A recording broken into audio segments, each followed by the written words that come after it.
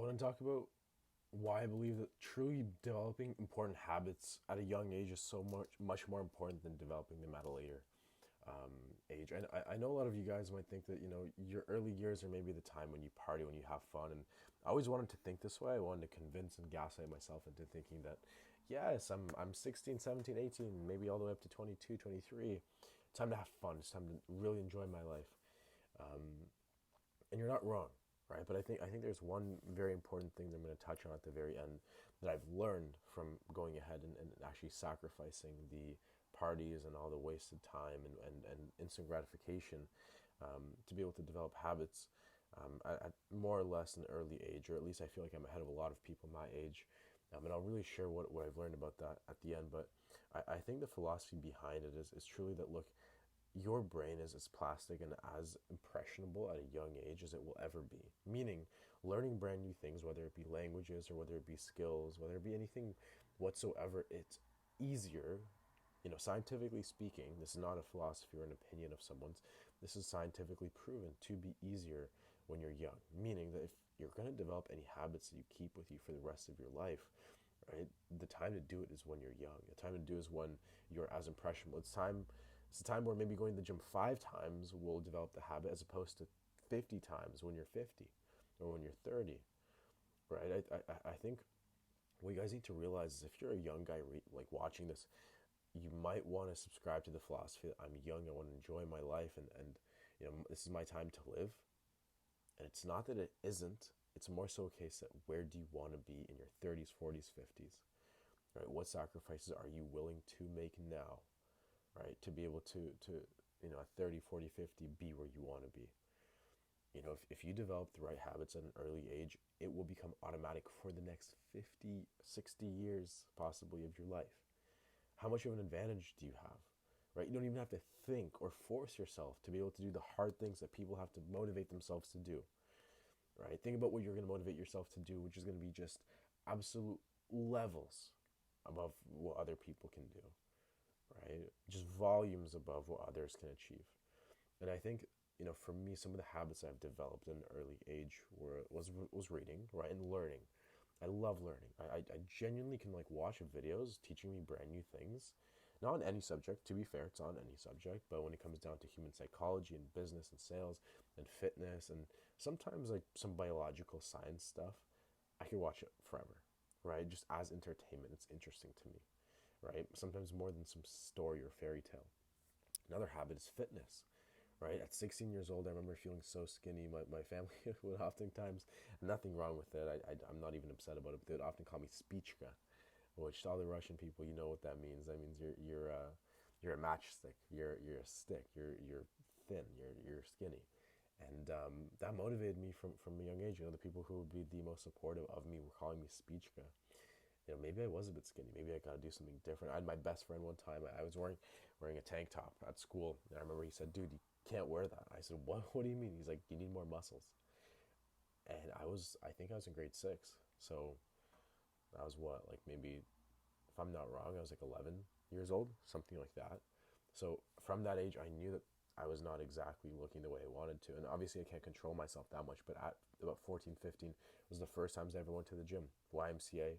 Right, my family was, or my dad and would take my sister and I would be swimming and playing squash, but I always make time for the gym, right? The condo buildings that I would live in, I'd always go to the gym when I could. At school, I'd go to the gym, right? It's something that I was really obsessed with. And it's not like I'm some crazy, mega massive guy now, but I'm not too bad. I've definitely developed some muscles. You can watch the video I posted before this one, showing off a bit of my physique. But fitness is something that, like, Saturday morning, I'll be waking up 5, 6 a.m.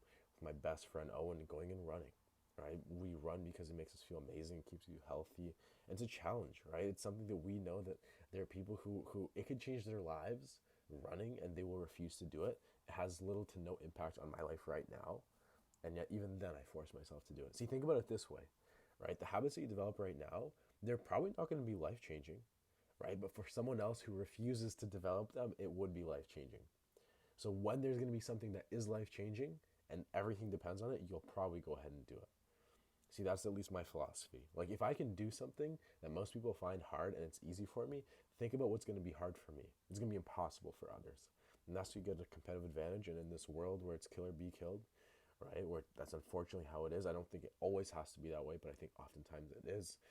You want to be on top of the pyramid, right? And that's been my philosophy ever since I was a little kid. I could probably, make a whole video on it, but being an immigrant, right, coming to Canada and Toronto at a very young age, I think, like, if I'm being 100% honest, I think from like maybe 5, 6 years old, I was conscious of the fact that you have to hustle and you have to beat out others to live the life that you want.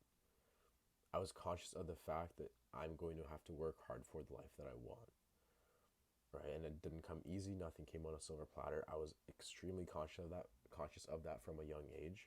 So my standards were different. I realized I couldn't settle for less, and nothing was going to be given to me, right? That's why I was working at pretty much 14, 15 years old, doing dog walking and working at a climbing gym, right? Doing random side gigs, helping with construction, and like it was like landscaping I did one time, right? Then doing all kinds of volunteering. I worked at a climbing gym for a long time. I may have already said that.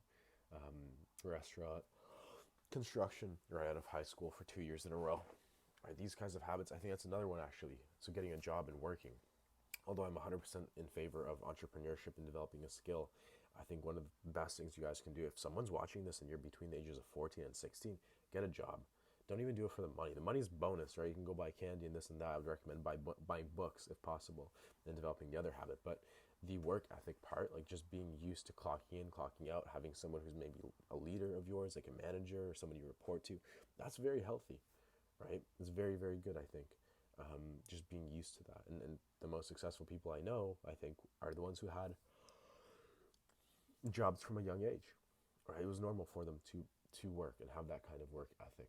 Um, Another habit that I really wish I developed earlier, but it was communication, right? I think it's more so a skill, but it's also kind of a habit. I think being able to be in tune with your emotions is something I didn't develop until maybe this year, to be honest. I would always repress my emotions. I wasn't in tune with them whatsoever. I'd put them away. I think they don't matter. I'm being logical. I got to solve a problem. And now I listen to my heart a lot. And I genuinely listen to my emotions. And I realize that emotions have, for the longest time in human civilization, been guidelines. They've been signs that something is right or wrong for you. Like you'd feel stressed because there might be a danger to your life, right? Or you'd feel anxious because maybe in the past you'd be in like a dark forest and you'd feel that kind of anxiety because it's important that you make the right decision. You don't go into like a bear hideout or a place where there might be dangerous animals. So realizing that emotions actually are guidelines for our lives, I realize, how about I become much more in tune with them? Because if I'm clear on my goals and my emotions are my guidelines, then all my emotions are going to do is help guide me towards my goals, right? Because I'm not going to betray myself, right? And I think it comes down to just meditation being one more habit. I think that's something that everybody should work on, prayer and meditation, right? Being conscious of your thoughts, right? That's another thing I kind of kick myself for not being more conscious about. I wish at 16, 17 I learned about meditation, right? Because what it does, no one talks about this, but all meditation really does is just makes decision making easier. That's all it does. Like when you make a decision, you just realize that you have subconscious opinions and thoughts that are impacting what you're predisposed to.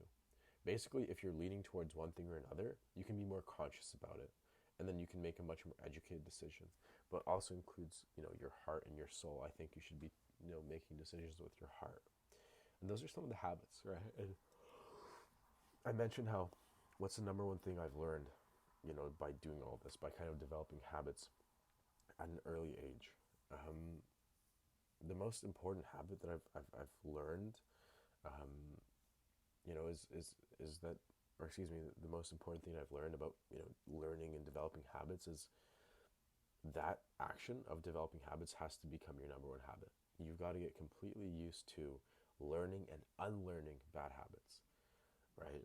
There have been times where I've smoked cigarettes, I've smoked weed, I've done bad things, and I've had to unlearn those habits, which is oftentimes just as hard, if not harder, than learning a brand new habit. So the philosophy behind habits, and I recommend everybody read Atomic Habits, right, by James Clear, absolutely great book. Learning how habits work, how your body goes ahead, and you go through a different cycle, based on, for example, like triggers and then responses, right? The action, the result, all these kinds of things, or reward. Understanding the cycles, the feedback loops that your mind and body goes through will help you really be far more conscious and intentional when it comes to what you do and why. And I think that'll help unlearn and undo a lot of bad habits, which is kind of like a video I posted recently talking about how you want to get away from bad environments before you can ever get into a good environment, right? You got to start with the low hanging fruit. And oftentimes in life, it's not about adding things to it, it's about removing things from your life. Um, like for me recently, like just to share something anecdotal, like I've removed a lot of things throughout the past year from my life, whether it be old friends or habits or things I used to do. But I added recently a couple more new friends from sales and a girl to my life, right? And that's added a lot to my life. It's actually made me feel far more fulfilled and grounded. And I'm more conscious about it. And I can make the decision feeling good, right? I don't feel like anyone's pressured me or like I've had to do anything. I myself have said, you know what, I want to do this or I want to try this. Um, and that's it, guys. I think habits, there's a lot of really good habits you can develop, but the number one habit is learning how habits are developed or how they are lost. Um, that's it, guys. If you learn anything, if this added some value to your life, that's amazing. I'm happy to hear that. Definitely subscribe because I'm going to post more videos along these lines. I really want to crush 2025, and I know I will, with YouTube and social media overall and sales as a skill, of course. Like the video if you enjoyed it at all. Comment if you want, if you have any questions, you want to just engage with me, I'll reply. And if you have any videos that you want me to make in the future, and follow my socials, my TikTok, my Instagram. I'm very active on those. And yeah, guys, thanks so much for watching. Peace. Catch you on the next one. Bye.